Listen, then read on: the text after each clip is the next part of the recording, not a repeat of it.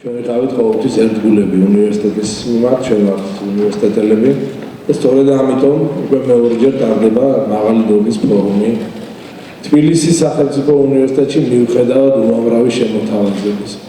ეს მოგეცეს საშუალება კიდევ ერთხელ ვისაუბროთ იმ თემებზე, რომელიც არის აქტუალური ჩვენი დიასპორისთვის, იმ თემებზე, რომელიც არის აქტუალური ჩვენი თანამშრომლობის დაღმავებისთვის და იმ თემებზე, რომელიც საშუალებას მოგვცემს, რომ მომავალში უფრო მჭიდრო და მყარი ურთიერთობა დავამყაროთ.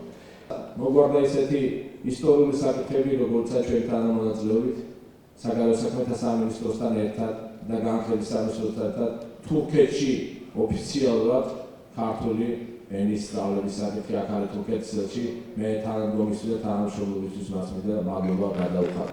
თავის გამოსვლებში ჩვენი პრემიერ-მინისტრი და ყველა აფიქსირებს, რომ დიასპორის საკითხები იქნება ყოველთვის აქტუალური ჩვენი ქვეყნისთვის.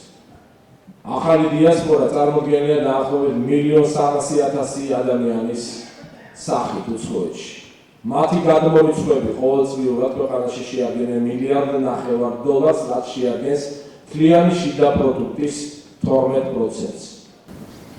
საგარეო საქმეთა სამინისტრო მინდა გახდეს ის უწყება, რომელიც ხელს შეუწყობს დიასპორის ღირსეულ დაბრუნებას სამშობლოში.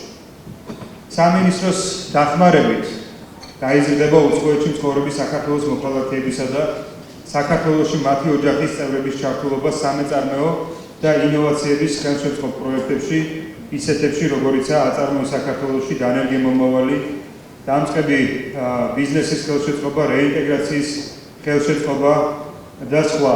ჩვენ გვაძლიერებს ყოველი რაც გვაერთიანებს. მადლობა.